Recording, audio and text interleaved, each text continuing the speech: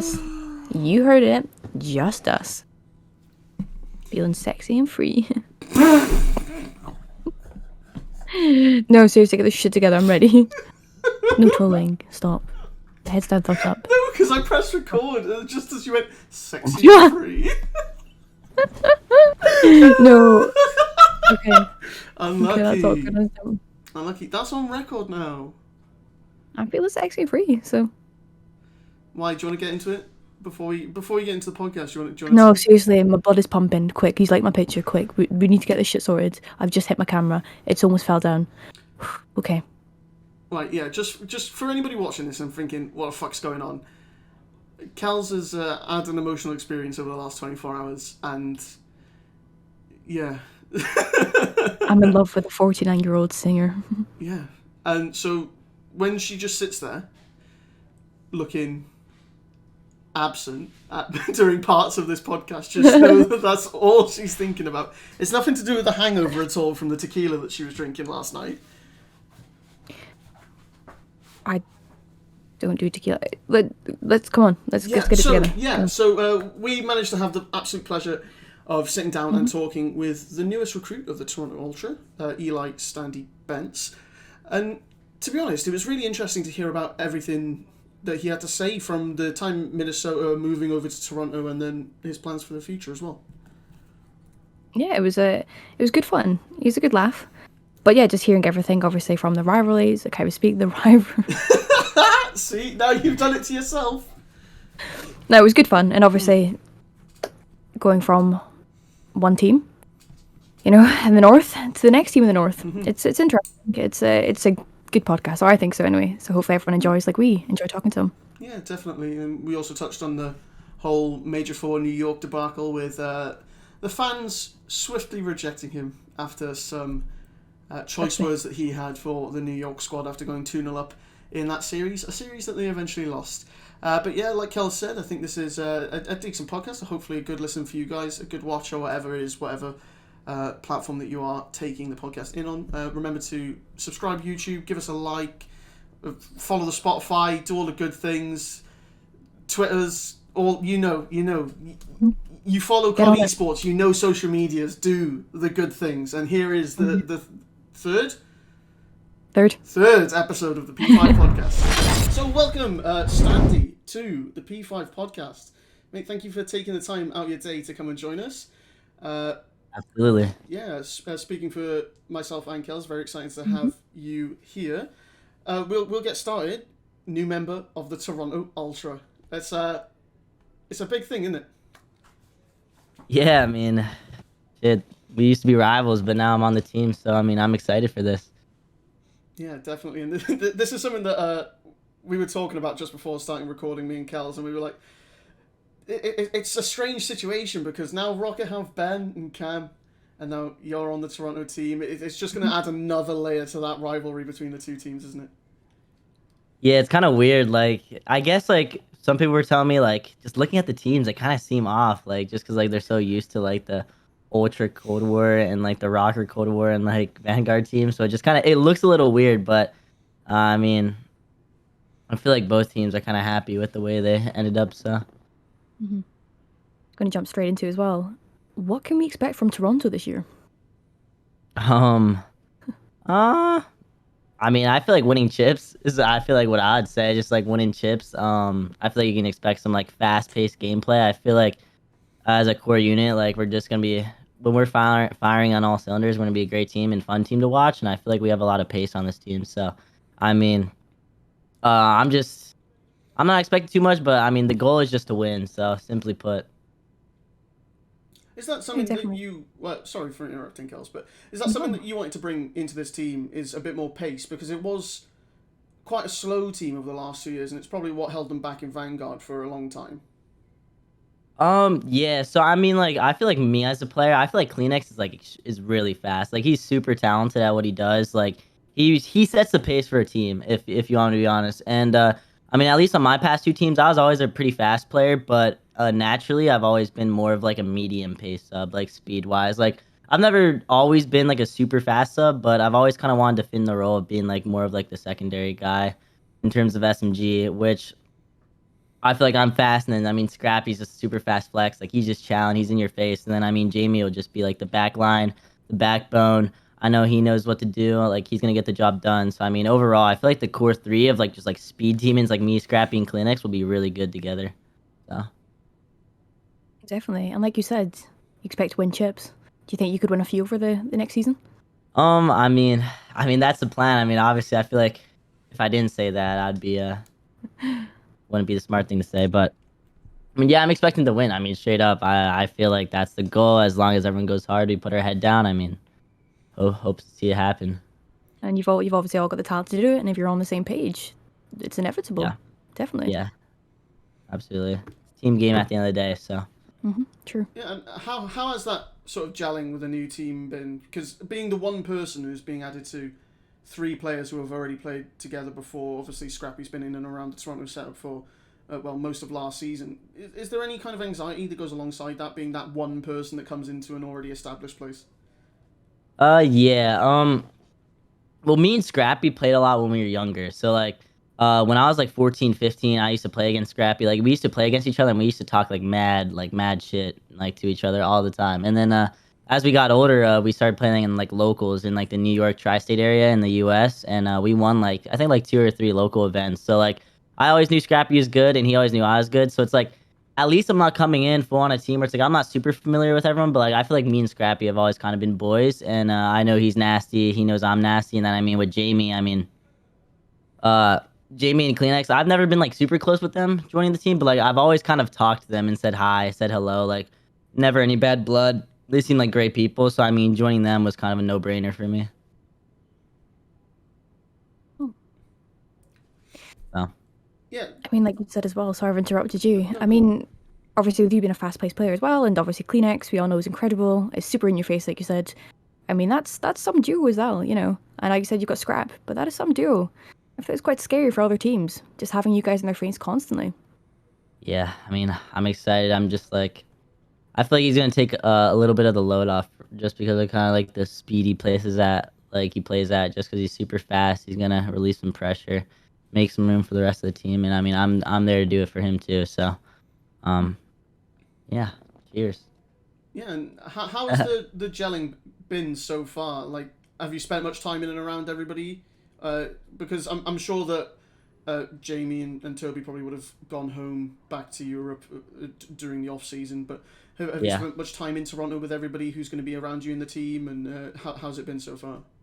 So I'm moving there in like 10 days, like 2 weeks basically. So I'm not there yet, but I went to Toronto a few days ago for like the beta release party, and Jamie and Toby were there. So I got to know them a little bit, talk with them a little bit, and we played some games some of these nights, like golf with friends. It's kind of a pretty fun game if you guys ever played it.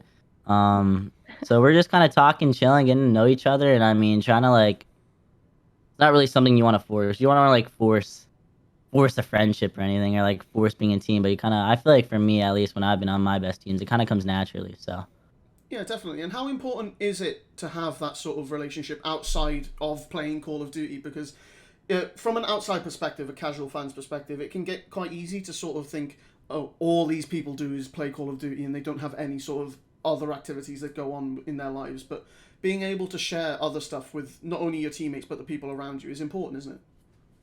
yeah, I mean, I feel like it's no harm at the end of the day. Like as long as you're like talking to each other, spending time together, like I feel like your trust for each other will probably get higher, and I mean, the connection you guys share between each other will definitely like improve and grow. And I mean, as long as you're together, you trust each other, like have full confidence in each other. The more time you spend together, all that stuff, it's only gonna help at the end of the day. So I mean, I feel like that kind of stuff's important. So like, if anything, it'll help when you translate into game. Definitely. And I was we were speaking before as well. Even to have that friendship, you know, going into games, if you lose a game, being able to have a laugh with them between that, obviously, while still taking it seriously, is definitely important. Mhm. You can't let vibes ever be chalked. That's a big thing. Yeah. No, 100%. Like like during scrims or something, if something goes wrong on map, like you don't want someone just yelling in your ear, like not really having like a good conversation about what went wrong, and you can still like move on and laugh about it. You're not kind of like stuck in the past. Just kind of moving forward. It's very, very key. I feel like at least like day to day in terms of playing like a game like Vanguard for at least like I know some people like Vanguard, but like It was definitely like a mentally challenging game at times just because of the consistency. Like one day you'd make a play, it'd be really good. The next day you'd make a play and it'd be bad. And you're just like, like, what do I do? And so like, I mean, that game was kind of mentally challenging. So it definitely could have enabled players to like kind of maybe come at each other, like argue a little bit if they're doing something wrong. Cause it's kind of hard to always follow like an exact system on Vanguard, which I feel like a lot of CDL pros are used to doing that. So, um, yeah, I mean, not coming at each other, being like good teammates is like extremely important in terms of just like keeping the vibes there, keeping the moral. Yeah, is that something that you've had to deal with in the past? Like teammates going at each other in even in scrims? I mean, I've all had like really good teammates and like people in and outside of the game, but I mean, I've definitely like experienced it in challengers or like a little bit last year, but it wasn't. It's not bad. Like I'm not out on any of my teammates or anything because they're all great players. I did it myself, but I mean, yeah, I mean, I probably yelled at my teams before they probably yelled at me, but I mean, it's all about the delivery. You know, you don't want to be sounding like you're attacking your teammate or anything, but um, it happens. But I mean, at the end of the day, you just gotta know that like it's a brotherhood. Like all four of you guys, at the end of the day, you guys all want what's best for each other. You know what I mean? Like you guys are all here trying to win. It's not like one person's trying to win. So that's the kind of mindset I have, and I feel like that's what everyone should have. So Definitely. There's no iron team, you know, the cliche thing. There's never an iron team. sometimes there is. If you Oh, drop like sometimes. 20 in S&D or something, I did that. I mean, that's a good point. You did do that. But no, mentioning, sorry, completely gone off here. Obviously, you brought up challenges there, just really briefly. I've got to ask, before you got your shot in the league, what was your mindset in challengers? You know, did you always believe that you were better than the people that you were playing with and against, or? And you can be completely Yeah, honest here. I Yeah. feel like it's kind of different. I mean, like, if you want me to be honest, like, so at first in challengers, like, I played S&D before I turned 18, and I was really good at S&D. So I already knew, like, okay, like the people that I felt like could have been better than me in S&D because I was really good at it are already in the fucking pro league. Excuse my profanity. You're But okay. You're okay. but so I already knew like going into challengers, like I was nasty, and I kind of kept that confidence. And I mean, all my team, like I had like 3 teams probably in total or 4, but like my last like team I had like which are my Triumph roster, it was like we were teaming for a good like year, so like year and a half. So I had the same team for like a while, and I loved all those guys. Like I loved playing with all those guys, and like my mindset was like, okay, like we're all trying to get in the league here, so we're all gonna go hard. Like I'm trying to go hard as a team, but like I also knew, like I also in my head like felt like, yo, like I know I'm the best challenger right now. Like before I got picked up, like I mentally like I wasn't thinking too hot of myself, like, but I kept in the back of my head, like I know like I'm the best. But like at the end of the day, like even in challengers, like having really good teamwork definitely like sets you aside from some of the other teams because some players are out there always kind of trying to play individually or for themselves, which it works. It definitely works. Sometimes I've probably found myself doing it because like at the end of the day, if you want to be picked up or kind of be that next big player, you kind of have to stand down in a way, you know? Like, you kind of have to have maybe a little bit better KD, a little bit better statistics, like stuff like that to kind of stand out, make the right plays at the right times. And I didn't really let it get to me because like at the end of the day, like if I wanted to win in challengers, there's still good competition, so you kind of had to play as a team like always. Yeah, definitely. Like, how much are the intangibles like noticed in challenges over in NA? Like, because you can have as good ability in terms of gun skill as you want, but how important are the things that go alongside that in terms of being picked up from challengers?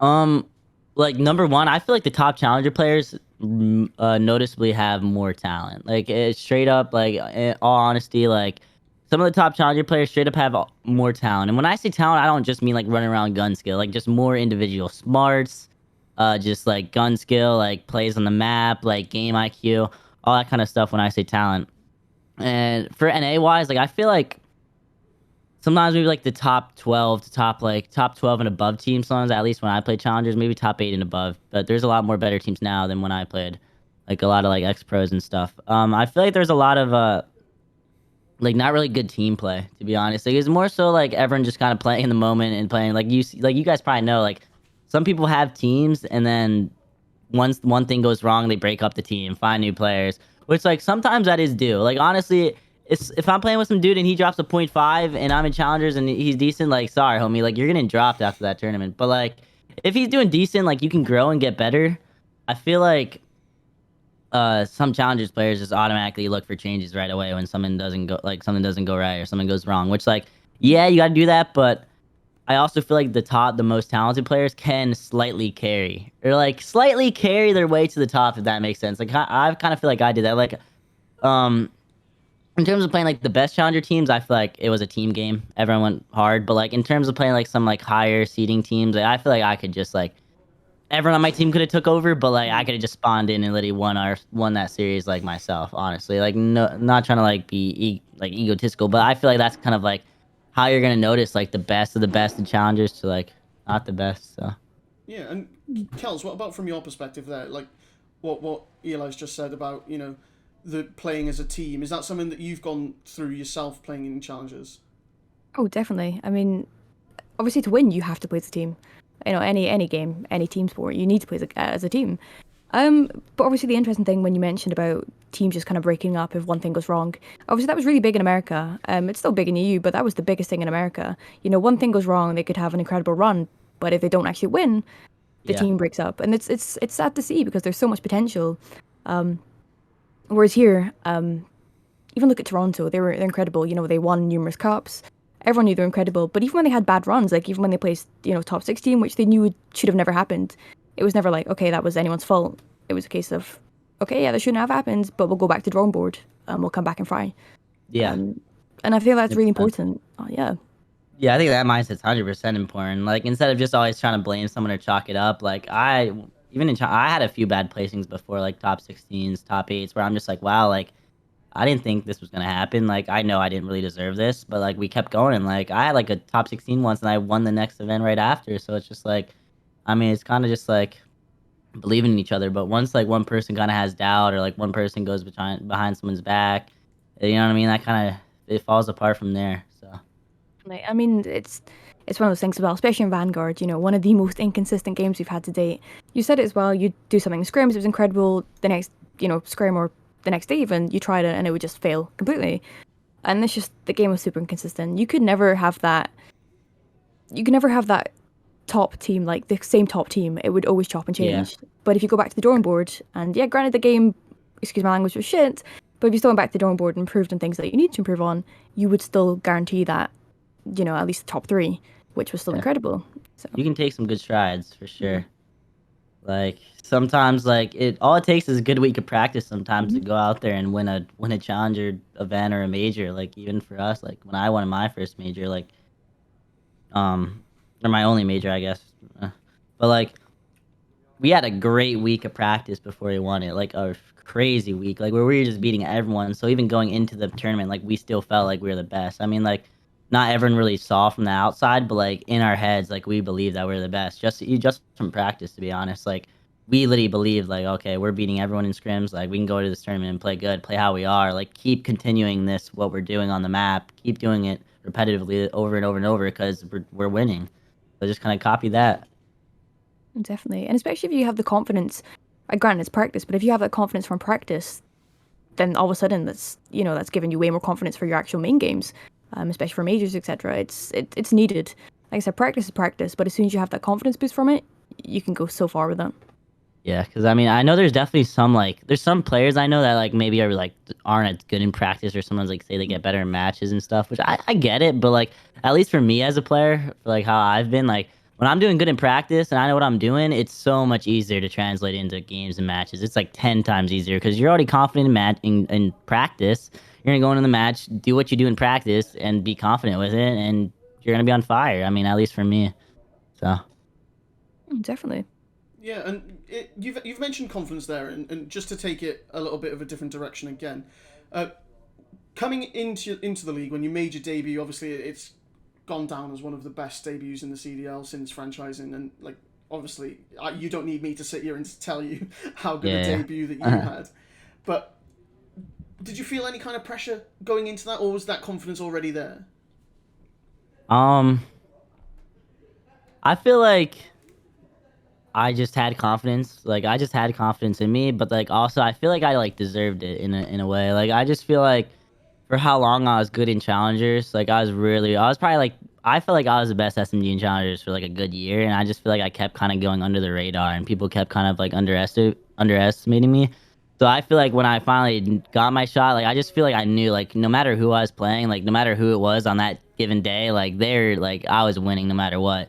And it was just kind of like something that like I mean, no matter like I worked very hard for this and like to be where I was and getting picked up at that moment. So it's like I knew like in my head like I know I worked hard. I know I practiced really hard. I know I went hard for years. So it's like I'm not gonna let someone like try to like I'm not gonna do bad like let someone take this away from me because I feel like in my head like I believed I deserved to be there. So like I mean I went out there and it showed like so Yeah, definitely. And that impression that you made was like, has that stuck around with you? Like, was it a case of you showing that you belonged, and like that feeling is just sort of, I want to say like disparate. I don't know what the right word is, but like I know what you're trying to say. dissipated into everybody I else, know what and you're trying to like say. Yeah, they believe that you should yeah, be there also. yeah, yeah. So like I mean at the end of the day like everyone's gonna have their own opinion on me, but like as long as I know what I believe in and like know about myself, like it doesn't. I don't really care what anyone else believes in me or like thinks about me, to be honest. Um, but yeah, I mean, even when I first joined the league, I tried to keep that mindset for like every single match I had that year, and I mean, even in Vanguard, like, um, Vanguard was a slightly mentally tough, like challenging year for me a little bit, but I mean, at the end of the day, like I try to keep that mindset, like you got to realize that like when you are playing against other people, like there's so many talented people out there that are like trying to take the spot that you're in. And it's just the way the job works. It's just the way that what you're doing works. So it's like you have to keep that fire and that mentality every single time you spawn into a match. And like if you start losing that, that's when you can see like decline and stuff because like you got to realize like you have to really believe that like you belong to be there, like you deserve to be here, like you go hard, like you put in the time and like as long as like you work hard and if you're good enough, you learn the game, I mean, you can go out there and prove it. So, Yeah, yeah. yeah, for sure. And obviously, Vanguard was a very mentally challenging year for a lot of people. But do you think the fresh surroundings, the new environment, are going to help going forward into Modern Warfare 2? Yeah, and I feel like for some teams it was just kind of needed. In terms of like some other team just making roster changes, like sometimes a fresher breath of air is just really needed. It's not really like anything bad blood against your past teammates or anything bad blood with the new team. Like and no bad blood, just straight up like sometimes a fresher breath of air, a little change is needed, just to kind of like reset, get back on your feet, and kind of start from like bottom up again instead of like trying to like fix a bunch of problems that you had with the past team and like kind of going in circles over and over and over where you're not really like finding the solution, you know? So, um, like I'm really excited. I love like at least when I joined like Rocker my first year, like when I got picked up, like it was a amazing breath of fresh air. Like it felt great. So I mean, I'm kind of getting the same vibe with this Toronto team and like where everything's going for me. So I'm excited. Mhm. With Rocker as well, obviously Rocker had a trial process. Um, how long did it take, and obviously at what point were you actually confident that you would keep your spot on the roster? Um, I mean, I guess to be honest, like, um, at that time, at first I was like, they gave us a list of rosters, which is like they tried out like, I guess it was like Dylan and Havoc on two, like they were on every single roster. Then it was like trialing between me, Major Maniac, and Priesta. And I like for some reason I don't know. Maybe I was like a little egotistical at the time, but like I guess like Rocker just trying to show me like to keep grinding and going hard. Like I thought like it wasn't a chance for me to like not be on the team, at least in my head a little bit. So it's kind of a little bit of a wake up call. Um, I just feel like it was just like a week. They'd play like 3 4 days of scrims, and another team would play 3 4 days of scrims, and another team would play 3 4 days of scrims. So, I mean, I guess it was kind of a good trial process, but I don't know. It's kind of a little awkward, but I mean, definitely a really awkward time period for like the players there. Like very awkward. I didn't really like it. Mhm. But I mean, I guess it's what they try to do to make everyone go hard and work hard for their spot. Nice wake up call, I guess. Um, it was just it was interesting for sure. I mean, that's all I gotta say about it. I thought I was confirmed, but I mean, I guess the last like two trials, I was just going really hard in scrims. Like I always go really hard in scrims. Um, I mean, I feel like I was good in terms of being like locked in. I just like you gotta have to have that confidence. Like I don't want to sit there playing and be like, yeah, like I'm playing and I'm not gonna be on the team like that. Like I'm sitting there playing. I'm going hard as I can, and I'm like, yo, I'm being on this team. Like I know I deserve to be on this team. Like that's kind of mindset I had. But I mean, it sucks because like someone else is gonna get replaced or dropped. But I mean, at the end of the day, it was like every man for themselves. You know what I mean? Like that's kind of what it felt like. It felt like major maniac and priest were just fighting for our spots, going hard. When it's like, damn, like we're boys, like we're friends with each other. It's kind of freaking awkward to be honest. But I mean, at the end of the day, it was just like I mean, whatever. But I don't know. Very interesting to be honest. Well, obviously, I was going to ask how did you feel about the whole trial process, but you've kind of answered it there. Do you think it was beneficial? What's like at all? Uh, Or I mean, I guess. I mean, I guess for me, it was like a wake up call. Like in my head, like I was like, damn, like they thought about dropping me. Like what are they thinking over there, man? Like that's kind of what's going through my head. Like, but it's like, I mean, I guess they're trying to give me a wake up call. So I mean, I'm just gonna go even harder. I mean, that's the only way that I could have taken it. But it definitely like hit a soft spot a little bit for me, like inside, because I feel like in the beginning of the Vanguard, I wasn't having the best year, but it was definitely not horrible. Mhm. But I mean, I feel like I had a different idea of with the way that I would have taken the team, like for example, if I was a coach. But like, I don't really want to go into that because it's obviously my bias. But at the end of the day, the coaches were just trying to decide what they thought would be the best. But I mean, I'm not really a big fan of trials. But I mean, if it has to be done, it has to be done. So. Yeah, and how's the relationship between you, Preston, and Mike now? Are you still I mean, it's boys? great. Yeah, we're great. I mean, we know at the end of the day, like it wasn't our decision; it was the coach's decision. Like, not really much we could have done about it. But I mean, Mike still landed on a team. I mean, Preston stayed on a team. At the end of the day, like we both knew that like not much we could have done. It was definitely pretty awkward. Like, because at the end of the day, it was like they're like it was like people were it's like people were like teaming up with each other and stuff. Like think about it. There's like 3 people left. Like if you want me to be honest, like no bad blood against Preston, Mike, anyone, like no one, like we're all homies, like good friends. But during that time period, it's like okay, like everyone wants to keep their spot.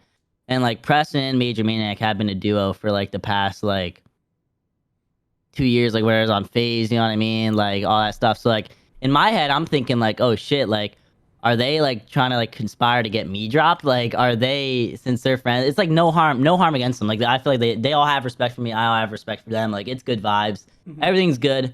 Just because I don't want to start anything here. Like we're all great friends and stuff. I have mad love for them. But like they were trying to get me dropped was what I was thinking. Like okay, like they want to get me dropped. So it's like fuck. Like what the fuck do I do here? But I know like me and Dylan were like friends, so it kind of creates this like weird like pack ship within the team of like, oh, like, bro, like you guys are thinking about dropping me, like what the fuck's your problem? Like, so then it kind of makes people like want to come at each other. It just makes it really awkward and like tough, and like that's why I didn't really fuck with it to be honest. It kind of it like ruins the team dynamic in a way. Like it kind of like it pushes you off. It just like I just feel like you kind of but I guess we're kind of in a job where it's like you have to fight for your spot. So I mean, I get it. Like I get trialing. You know what I mean? And like obviously winning comes above like your friendships with people. Like at the end of the day, winning is number 1. Friendships come second. So like that's the way it goes. But I mean, that's how it was for me. So it's kind of awkward for me. But like I was just kind of doing my best to like prove to like I guess like attach and havoc and the coaches like I'm a good player. Like Minnesota have a chip, and like I feel like I was a big reason for them having the chip. Like all 4 players on that team. So like, it sucks, but I mean like it's just the way it goes. So Yeah, of that was maybe course. my ego talking a little bit, but Yeah, but still, even though I can't imagine that it'd be a nice experience to go through, knowing that you're having to sort of fight for your life in that kind of manner, because that at the end of the day, that's what it is. You were fighting for your place in the league. yeah, and I mean that's how it is. Like it's just like we're just kind of in the job environment where it's just like even when you aren't going through trials, like you're still fighting for your spot because one bad series you've seen people before, like one bad series, one bad event, like yo, like they're out of here. So you know what I mean. Consistency is very important, whether it's in or out of game. And if you can translate, you just want to have an overall like consistent life, so you can translate everything and be consistent in the game. You know. Yeah, definitely. And is that something that you're looking forward to having with Toronto? Because like historically, they've been a very consistent team. They've not been very quick to make roster changes, and they've always stuck by their players. Yeah, I mean, I mean, I love that. I mean, I've always been the same, to be honest. I always like to believe in the people I'm playing with, and I always like kind of believe in myself first, because like in terms of like you want to give it a chance. You want to let people know you believe in each other, because there's a lot of untapped potential on some teams that don't always do good. That you never know what they could have seen. So yeah, and I just feel like consistency is a very important thing within Call of Duty and like the work itself. So. Yeah, for sure. And how difficult was it to bounce back as a team on Minnesota after the trials? Because like you had the New York event, and which was at the end of the day probably not the best event for the team. Yeah. Um. Yeah, we went to Major 3-2 and then Major 4. So like, I mean, at the end of the day, when I made, I was like, "Phew!" Like I made it. Like I'm free. Like let's go. Like, like goddamn. Like I fought for that shit, but like, it was a sigh of relief for me. Mm-hmm. But either way, it's just kind of like, okay, like now we have our team. Like, what can I say now? It's all we have now is to go hard and try to win. So, I mean, that's really the mindset I had. I didn't really want to overthink anything or get too complicated with it. It's like, okay, I made it. Oh, shit. All right, let's go hard. Yeah. But definitely made like the team dynamic for the future very weird. Yeah, I bet. I like pit. It's almost as if you guys were pitted against each other. Like it Yeah. just feels like it would be a strange environment following on from something like that. Yeah. Like you're walking, like I'm walking into the scrim room with my buddies, and we're just Mm-hmm. like, yeah, like you're trying to take my spot and I'm trying to take your spot. Like it is kind of like, you know what I mean? So it's like Yeah. I didn't really like it, to be honest, but I mean, it is what it is. Yeah, and then moving on from that slightly, like Major Four was it was a big thing, especially on the timeline with certain things that happened between you and the subliners in particular. Uh, Talk us through that experience and what that was like. Um, I mean, I had a lot of fun, to be honest. Like Yeah, I I enjoyed bet it, it to be honest. I enjoyed it all. Um, Either way, like, so I guess we started like we went up 2-0 against the subliners. We were smoking them. I was getting fucking hyped because I mean I was feeling myself. Like I was doing whatever I wanted those first two maps, and then we got a reverse swept. But so then like people were like, I was like getting on Twitter after getting reverse swept, like, yo, don't stand up, like don't talk shit, like you're horrible. Just a bunch of people just saying like whatever they wanted to me. I mean, at the end of the day, like I knew I had it coming. Like I mean, I was talking some shit. I was saying what I had to say, but I mean, I wasn't saying anything personal or coming at anyone. I was just yelling at them. But um, it's just the way it works. You know what I mean? Like you can't always guarantee you're gonna win, but I mean, I know that either way, I know the fans had a lot of fun watching it. I know even though I was like a little bit of the villain, like I still had fun doing it. It's just the way it works. Like I know that like. I'm not gonna like sit there and let it get to me or anything, because like it's the way it works, and like it sucks being reverse swept, but like if you want to be honest, if I'm having someone, no matter what series I'm in, I'm gonna talk shit. I did the same thing in Cold War. I'm doing it this year. I don't care. I don't believe in like the bad juju shit. If you're gonna win a series, you're gonna win. If you're gonna lose, you're gonna lose. And I mean, uh, um, maybe I won't talk shit if I do that good. I'll just sit there and be like, okay, like nice try, guys. Like do better next time. You know what I mean? Like, um, but at the end of the day, it is what it is. So like, I knew it. I knew what happens. But I mean, I'm sure like it created a big ruckus on Twitter. I'm sure the Kylie got a lot of interaction. I'm sure it's fun. So Gonna say, well, if you cheers. don't talk shit this year, then I'm sure Scrappy will. Yeah. Um, but as well, be honest now. Obviously, you mentioned you don't let things get to you, but obviously, there's a lot of hate, especially in the COD community. And you know what people are like, they're Yeah. ruthless. Like, how much of an impact, does that actually have on you? I mean, like it's kind of. I mean, imagine like for example, like there's some time periods where like I went through some ups and downs. Like I'm just getting on Twitter, just like opening Twitter, and someone just saying something to me that like doesn't even know me, doesn't know anything about me. But I mean, the way that I just look at it when I see that shit is just like, at least when I went to events, like I've never had anyone try to like really say anything to me that was disrespectful or come at me in any way. But online, a lot of people do. So I mean, at the end of the day, like they're sitting behind their keyboard and mouses, saying whatever they want. And I mean, even if they did want to say it in person, I wouldn't care. I'd just keep walking. Like after the New York event, actually, I was walking in the streets of New York, and some dude like walked by me, and like after he walked by me, he was like, don't stand up and talk shit. I was like, like damn, like after you walk by me, dude, like fuck, like whatever, man. But I mean, you know what I mean? It's just like all for the entertainment. Um, I mean, like, yeah, hate. It definitely is a little annoying, I guess. But I mean, at the end of the Yeah. day, like, all I can focus on is myself. Like, if I really do want to sit there and let it bother me a lot and get to me, I can. But I mean, what does that do good for me? You know what I mean? Like, 100%. if anything, it actually made me go on Twitter less and use social media less. So it might have been a good thing, to be honest. But I'm fine if people talk shit about the way I play, whatever happens. But I'm not really a big fan of like the personal shit when people do it. It is what it is because I just know they're just at the end of the day, people are just hating to hate. Like they got nothing better to do with their life. I can proudly say like I'm not a hater. I mean, some people out there are. I don't want to live my life that way. Some people do. Fair by them. They can do what they want. But yeah, I'm just not a big fan of like personal stuff where people don't always know what Yeah, they're of course exactly not. talking about, and people have the audacity to always think they're so involved and they know what's going on. But I mean, there's a lot that goes on, whether it's outside the scene, like that goes on in like people's personal life that you don't always get. Like you don't always see the truth of everything, whether it's team wise, all that shit. So people are just kind of all judging from their own mental, you know. Especially when they look at your team and how you're playing. Like Mhm. there's so much more that goes into it, you know. Yeah, definitely. And like to go back to the Major Four thing and like what's going through your head as the when the crowd starts chanting "fuck you."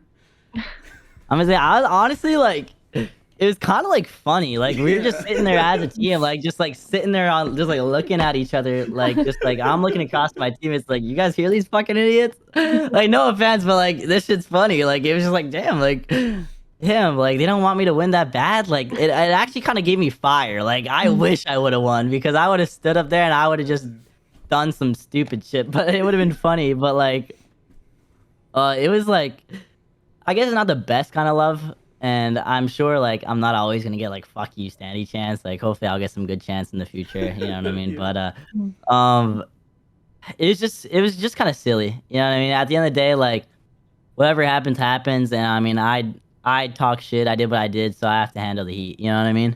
So I can't really get mad or be upset at it. So So that's a big thing as well. You know, you said that you were just having a laugh with your teammates. That's another thing that's needed. You know, there's all people who could have sat there and been like, well, shit, I'm going to let this get to me. I'm going to let it affect my performance. But it's a huge thing that you didn't. Granted, it's probably in the back of your head, like, okay, these guys are dicks. But at the same time, it's, Yeah. you know. yeah, it was like damn, like they don't like me that much. Like, I mean, I guess it's just all like COD gaming wise stuff. Like, I mean, fuck, dude, why do we get reverse swept? I mean, fuck, whatever. But it was just funny. It was funny to deal with. I never really experienced something like that, but it is pretty cool. And what's it like playing that sort of villain role? Because like going back in COD history, that's always been a thing. Like there's always been somebody at most events always ends up being a kind of villain, and that was just it just happened to be you at that event. Like what I was mean, that like? yeah, I've never really seen myself as a villain, to be honest. I always like to see myself as a hero, Hmm. but at the end of the day, I just embraced it, to be honest. Like, you know what I mean? Like, if they're gonna say all this stuff, I got a little excited when we went up 2-0. I talked my shit. Maybe let it get to my head a little bit. But I mean, at the end of the day, like, I'm gonna embrace it. Like, it's either I'm gonna sit there and crumble and get embarrassed, or like I'm gonna go out there and be like, yeah, like I'm the fucking villain. You guys want a villain? Like, here you go. Like, you got a villain. Like, so. But I mean, yeah. So that's pretty much it. Well, that seems like as good a place as any just to throw it to a quick break. But when we get back, we'll have quick fire questions. Alright, obviously, quick fire questions. I want you to think as little as possible. Now, there's one question that might catch you out, so we can come back to the end, but we'll see. Alright. First one person you can take in a fist fight.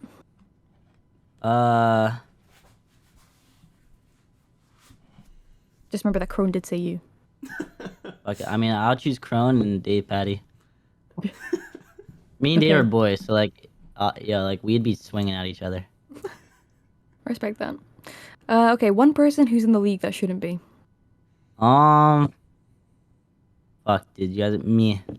Good Safe up. juju. Okay, one person who isn't in the league that should be.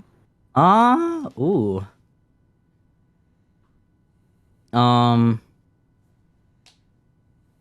Fuck. I hope Wardy gets a team because I feel like he's really good. He's a fryer. We spoke about that a lot last podcast. He's incredible. Mm. But yeah. Your favorite flavor of ice cream? Uh, mint chocolate chip.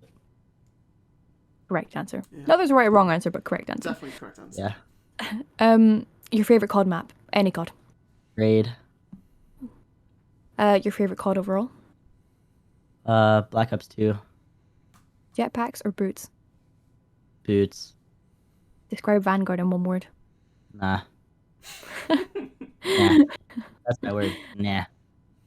Will MW2 be good? Greatest game of all time. Who's winning 2023 COD champs?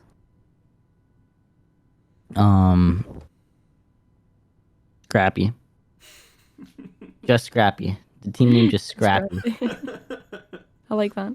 I'm sure he'll love that answer as well. Yeah, definitely. Just going back to you saying that MW2 is going to be the greatest game of all time. Have you had much chance to play the game at all? I know that we had the beta last weekend, but I mean, I just played on the beta on a PS5. I mean, I was capped at 60 hertz. It felt like I was playing Minecraft. But I mean, I was still having fun with it though. I feel like it was a fun game. I mean, I'm fucking excited. Did no sliding. Hopefully they like fix the sliding stuff. Mhm. Jump around some corners, hard aim some people. It's gonna be fun, man. It's gonna be fun. Yeah, hopefully. Especially because we're going to have the game for 2 years. 2 whole years. They, hopefully it's just like instead of just like stop working on the game 6 months in to make the new game, they just like constant improvements the whole first year. Like just constant improvements, just changing the maps up, adding maps, changing guns, making the game good. So was Definitely. that one of the biggest problems with Vanguard? The fact that they just sort of accepted that it was a throwaway halfway through like the development cycle for it, realistically. I mean, yeah, I mean, I guess so. I mean, like the thing is like with a new game every year, it's like think about it. Like they probably work on it for like a year total, which is in terms of like 6 months before, and then like 6 months when the game comes out. Maybe I don't know. Maybe before that, like 12. I don't know. But like, I'm sure like once the game is out for so long, they probably work on it a little bit, and then the new game's coming out. So I mean, I know like a different developer probably makes it, but hopefully like 2 years just definitely gives them like just more time to kind of do what they want with the game, like explore it, give it some potential, like add some maps. You only have more time to make the game better. So I mean, I expect great things from them, to be honest. So Yeah, but if last night's Infinity Ward blog or anything to go by though, it doesn't look like they're really understanding what people are asking for. Where do you stand on the whole dead silence and red dots on the minimap debate? yeah, I mean, I get what they're trying to do because I feel like it's just like the whole realism thing that people talk about, like no red dots on the internet. Like yeah, like in real life, like you're just judging off sound. Like you don't have a red dot on a mini map, but it's like we aren't in real life, is my opinion. Like at the end of the day, it's still a game, and I feel like the goal should make the game as fun as possible. Like the game you should make it as fun as possible, make people want to play as much as possible. I mean, yeah, maybe the debate for no red dots for like the 40-year-old dads out there, like whoever's like the 40-year-old people out there that are playing the game, like maybe they're like, yeah, no red dots. But like, I mean, at least for like people like me, people that the way I like to play the game, the way that I grew up playing COD, and I mean, it kind of makes it easier. But I feel like it's really important for competitive. No, I mean, I'm just used to red dots, to be honest. Like it just comes natural to me. So I mean, I feel like we should have red dots. But I mean, if they don't, just maybe make a mode or like a little setting where you can put it in if they really don't want to do it. And then what was the other thing that you said? Oh, the dead silence. Yeah. Yeah. Yeah, I feel like I like dead silence personally. I just feel like it makes it easier to make plays. People just won't be hiding until they unlock dead silence and like go and pop it. Like I just feel like the game runs a little better and it's a little bit more consistent in terms of when like people always have dead silence. So like, and also with like red dots on the minimap, I think it just makes the game a little bit more consistent. You kind of have to think that like when you do shoot someone, like people are gonna know where you're at, and you got kind of have to play around that. Like, so I like it. I think they should make sure we have a red dot and dead silence, but who knows? I mean, I'm not gonna complain. Well, what about you, Kels? Because over the last 24 hours or so, I've had several competitive Call of Duty players in my DMs saying that they are a fan of the way things are now. Uh, I mean, okay, even with Deddy, like obviously, as Eli said, it's one of those things, it's so much fun when there is Deddy, because obviously you can do whatever on the map, and you don't have to worry about people just sound touring you constantly. Whereas in S&D, there's going to be a big issue in particular, because you're going to be checking. I know you check every corner anyway, but you're going to have people just sitting in any corner, just absolutely whatever, just waiting for that Deddy, and I guess the point is it is just boring. It really is. You're just gonna be crouching around the map. It's like, for what, like, you can't really make crazy rush plays, I guess, because like you can, but if you don't have Deddy and you're loud, like, people are just gonna be crouching around the map, like, taking their time. It's just gonna make S&D more slower, less plays being made, like, and it's kind of like all that. It's like a timer thing, basically. Whenever you get your dead silence back, so it's like, if depending on when you use it in the round, depending when you're gonna get it again, it's like very not really consistent in a sense. So I agree with that take. Yeah, I hate to say it, but yeah, it is just boring. That's exactly what it is. But if certain people like that, then hey, I'll let them rock. But it's not a bit of me. But even like the red dots, that's if I had to pick between them, the red dots or Deddy, implemented into the game properly as a perk. I'm sorry, I would obviously take Deddy, but having red dots on the map is still, it's what we're all used to anyway. Yeah, I'd agree. Yeah, I feel like I'd choose Deddy too. Mm-hmm. And then red dots. I mean, I guess like you can't always see the devs' mind, because I mean the devs are just working for like the casual players and competitive side. But I understand I don't that, know. but Even for a casual play, I feel like I love the red dots when I was younger. It's like, oh, someone just shot there, chase the red dot. Like, red dot chaser, yeah. yeah, like, it makes the game just easier, more fun, more movement. People are gonna be I feel like no red dots, people are gonna camp more. Like, it's just gonna make the game even more slower. So. Yeah, definitely, and like you've just said there, when you were younger, you liked the red dots, and it's been a staple of the Call of Duty franchise since the start. And yeah, we're all used to it. Yeah, from my perspective, somebody who hasn't played at a high level competitively, and basically I've only ever played like at a casual level and at the very low levels of ranked play, like the red dots aren't detrimental to a casual player's experience. So I don't understand why they're reinventing the wheel and taking something out of the game that's been in there for over a decade. You're kind of going back in time in a sense. And I feel like for casual players, it'll probably be easier to play with a red dot. Like, at least for like, it'll probably make it easier to learn it. Like, you just know where to look, know where people are coming from, know where they're shooting at. But who knows? We'll see. All we can do is pray, I guess. Yeah. I mean, my word doesn't mean much. So. Yeah, it seems like nobody's word means all that much. I mean, yeah. Everything we've been asking for is just, it's like we can go one step forward, two steps back. It's quite the frustrating process, especially for competitive. But like you said, they look after the casuals, the lads and dads. So the lads and dads. The lads and dads. Yeah, I find it interesting that you've said that the changes that have come make the game more inconsistent, because that was probably the biggest criticism of Vanguard, was how inconsistent the game is. Is there any like kind of worry that inconsistency will now carry over into Modern Warfare 2? I mean, I hope not. I can't really like fully judge yet, just because I haven't fully played the game. I just played the beta. I hope not. Honestly, like, I hope not. But I mean, the reason I just love consistent games is just because, like, for example, on Cold War, like, off the start, it took me some time to learn, but it's like when I killed someone, like 99% of the time, like, I knew where they're spawning, like, I knew what they could be doing. And like, it kind of comes to the point where it's like, you have to be disciplined. You can't make mistakes because you always know what's happening on the map, in a sense. Like, at least in Cold War, like, you could like see what's happening on the map. You knew what was happening. You knew the setups. You kind of have to think of setups that people are doing. But with like Vanguard, in a game like Vanguard, it's like, oh, like, did someone cross our arrows? Did we flip? Like, do we know yet? Then you just get shot in the back. You're like, oh shit, we fucking flipped. Or it's like, oh, we don't see anyone. Like, did we flip? Did we flip? But like, no, they just forward spawn at the same spot. And it's like, even with like squad spawns, like, you don't always necessarily get the same spawn. It's like a certain area of like clusters that you can kind of spawn in any of the area in terms of squad spawns. But it's just like, that's why I just personally feel like, and I mean, like, compared to like other games, like, I'm not a big fan of like all the breakables and stuff, just because of like the no aim assist.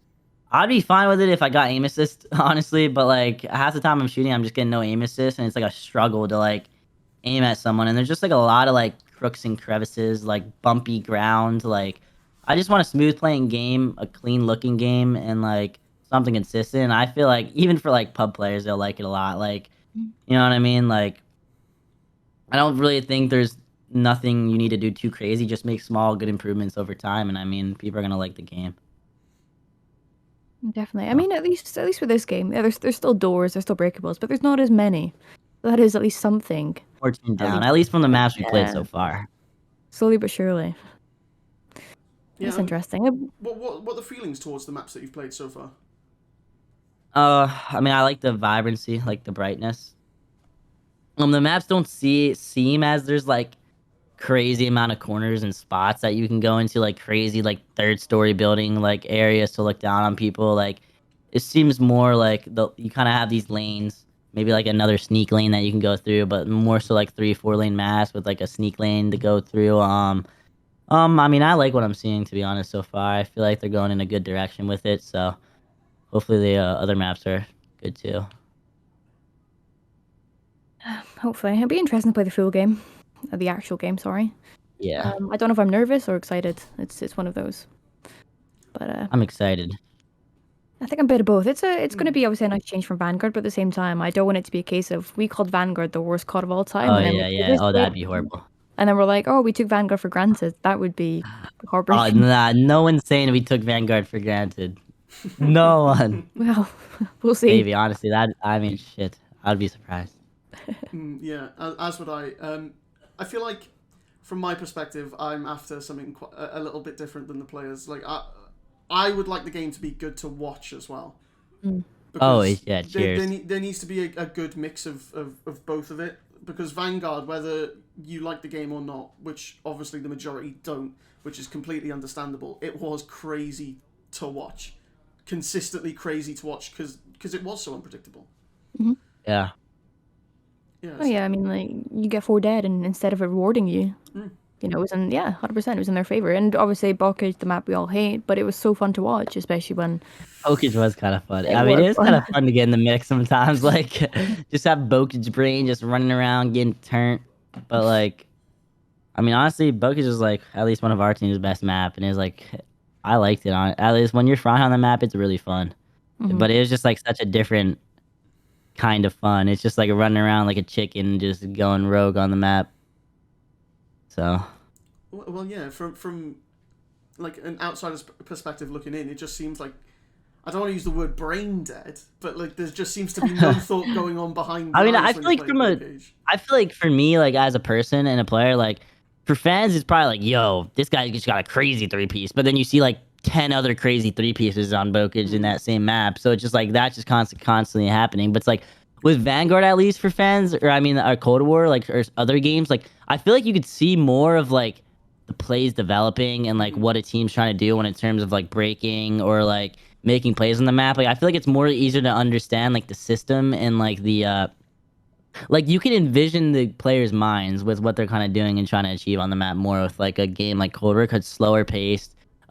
People that are watching, you can kind of like see what the teams are planning. And I mean, as me, is like I like being like a strategic kind of player, and I like watching that kind of stuff. Like I like seeing a team make plays as a team and kind of like try to understand or like break it down, like watch what they're trying to do, like what's their goal here. And with Vanguard, it was obviously like that at times, like 100%. Because I'm not gonna sit here and say like you needed no smarts to play Vanguard. Honestly, you needed smarts. Like you had to be good. You had to be a slippery snake. Like you had to know what you're doing. Um, but I just feel like, at least me in terms of a fan, like a 3 piece on Cold War meant like, yo, like this guy just went crazy. In terms of like on Vanguard, it's like, oh, like he just zapped 3 people in a row. Like he might go rogue. Like in Vanguard, if someone was going crazy on like a 7 8 spree, like they were just running circles, getting cracked, like making plays, which is very entertaining, honestly. But like in Cold War, it's like a 3 piece is that much more valuable. I feel like sometimes. Yeah, definitely. I think that's a good point. And I would just like to sort of go a bit deeper on the fact that you've mentioned there that in Cold War and other games gone by, you can see the play developing. And, like, does that make coaching more impactful in those kind of games where you can take more time to think about what kind of plays that you're going to be making? Uh Yeah, I mean, yeah, it kind of. I mean, just like I was saying, like it's just a more consistent game. So it's just. I mean, Yeah. as a coach, it's probably just easier to coach people on it. Yeah, of Like course, yeah. you kind of have like the more like you kind of have the more understanding of like what you're trying to teach them and what they're trying to do, which I said like on Vanguard earlier. Like sometimes like you might like Vanguard. I just feel like you're just the whole year is like you're always just trying to tweak and fix what you're doing, and it's like sometimes you go one step forward and then like two steps back in a sense, like where you change one thing and then something else messes up. And there's a lot of other like micro strategies and micro timings you can do on Vanguard, which you couldn't really do on like every single game. So it's like um and just a lot of crooks and crevices and spots and nerd spots. So there's a lot of like different things that brought a other kind of element to the game, and that's why I feel like that game could have been harder to coach than like a game like Cold War. Yeah, and then personally for you, how receptive have you been to coaching in your time as a competitive player? I mean, I feel like coaches. I mean, they're only there to help. They're only trying to win with you. You know what I Yeah, of mean? They're a course. part of the team. They're only gonna try to help you. I mean, I take whatever my coach says, put my own input into it. if like if I agree, honestly, I agree with like my coaches a lot of stuff they say. I feel like I'm pretty smart, but if I disagree, I'll say it. I mean, it's a team game. It's like even if my teammates say something like, you know what I mean. You want to get out what you believe and get on the same page because I mean that's the most important thing in terms of like listen to your coach, listen to your team. Whatever you do, you just want to make sure you can come to a common agreement and agree on the same thing and just like whether if you think you might like one play a little bit better, but the team thinks this play is better, it's just like coming to the agreement, just doing the play, just so everyone knows what they want to do. And like when it comes down to that moment in the game, or like when it comes to the clutch, like you guys know what you're doing, you guys know what you want to do. So I mean, that's just definitely the most important thing. Like you can disagree, you can agree, but common agreement is the number one thing. Oh, definitely, and it's always better to obviously, even if your teammates disagree with the play, it's better to still obviously get it out there than just ball thing up and be like, okay, well, I guess it was wrong. You know, it's better to talk over and, you know, kind of say Yeah. what was going on in your mind and be like, well, this is why I thought it was right. Because if you bottle it up, it's a case of you finally just explode. You know, it's better to talk about Yeah. things and just, I feel like people like to be heard too. You know what I mean? Like people 100%. want to be heard. It doesn't want to. You don't want to feel like you're on a team where it's like your input doesn't matter. You know? Yeah. 100%. Right, so I think we'll call the second break there, and when we get back, we've talked about social media already, but we'll have some questions from the lovely people of Twitter. Nice. But if you want to load up the next game and you want to challenge me, that's Oh, you fine guys are by both me. from Scotland. We're apparently cousins according to Reddit. Oh shit, you guys are cousins? Oh, according to Reddit. Remember when Doug tweeted out like him and Shawnee are cousins? Yeah, I can't believe that. That's wild. Yo, that's so fucking nuts. Maybe I'm related then. Who knows? Everyone's just cousins in Scotland. Yeah, everybody's inbred in Scotland, right? Okay, you said inbred. Okay, it's a bit of Game of Thrones here. We're going for it. Right? No, seriously, we can't talk about this. We can. Wait, that's on record as well, so it's Yeah, now just put it as it's now the documented. as the beginning. It's also on record that he wants to challenge me. It's there now. That's content. We know when I beat you as well and I take your place and on Toronto. shit. It's gonna be really sad. When can me and Connor have the challenge against you and James? So am I stuck with James? Yeah, that was the Fuck. deal. That's what I mean. Yeah, whenever, man, whenever. Take my money now, please. I need it. If I'm gonna afford to go to all these events this year, I'm gonna need it. Right, so let's get into some questions from the lovely people of Twitter. Starting with @sgozzy99, who asks, where did the name Standy come from? When I was like 13, 14, I just thought of cool names and I was just changing my gamer tag on Xbox like every week.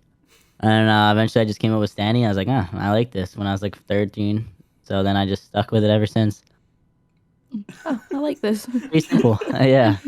I like this name. That is pretty simple because you see people who have like really long drawn out elaborate stories as to where their gamer tags have come from. I was like, oh, let me make an OG gamer tag, a made up name. Standy. Cool. Max Conyers, who by the way is my flatmate and is also a Your what, mate? my flatmate, so I live with him. Oh, sick.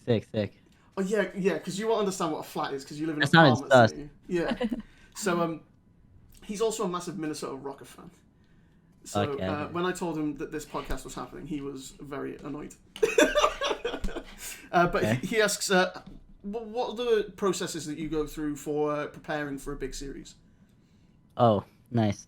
Um, I mean, I guess I try to practice how I'm gonna play in a match. So I guess I just try to do what I do in practice. And I mean, going in for a big match, I feel like I just try to have like a daily schedule of what I do. So like, the less I think about the match in my head, I feel like the better I play, to be honest. So like, I just kind of just go into every day like it's a normal day, same day. Just happen to have a match this day.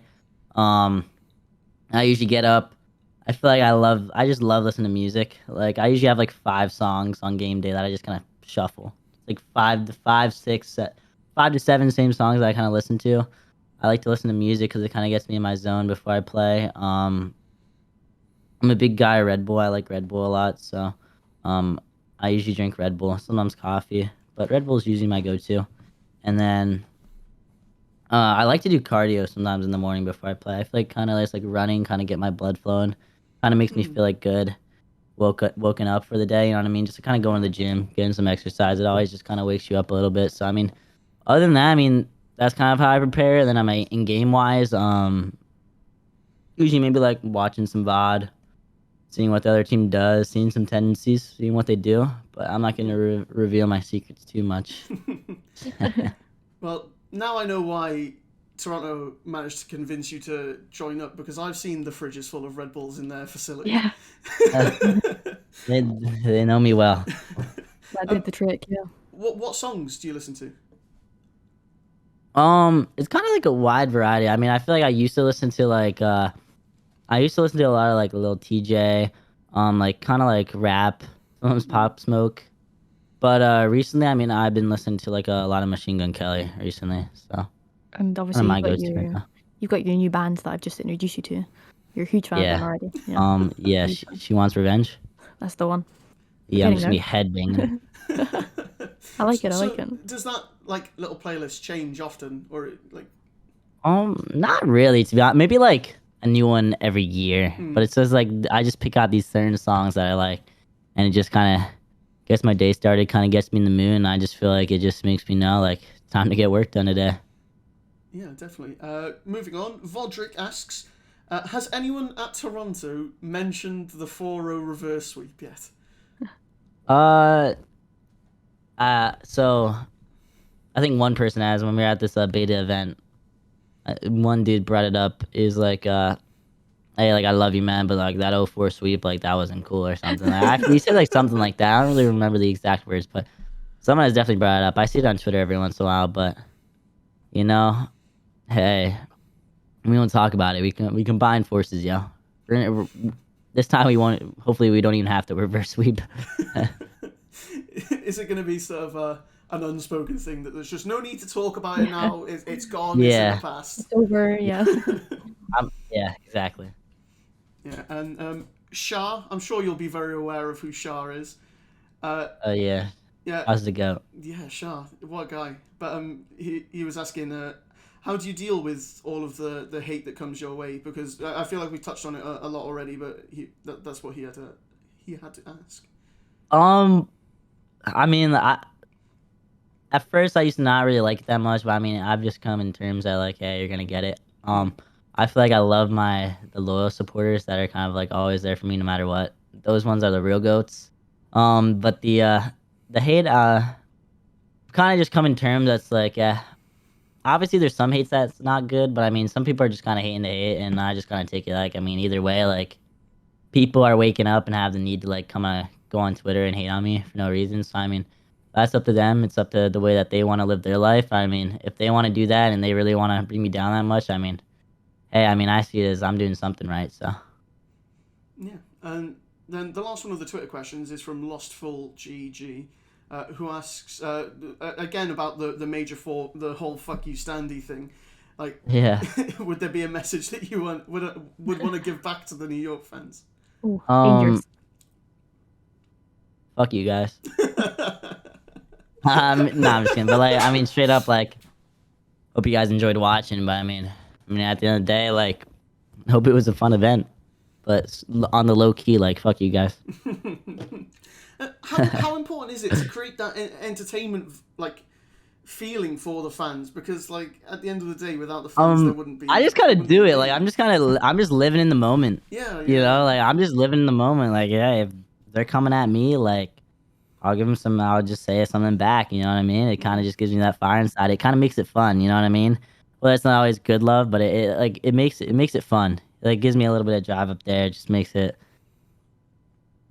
fun. Honestly, it's like, you know what I mean. It's not something I always just kind of have. You know, I always have to think about.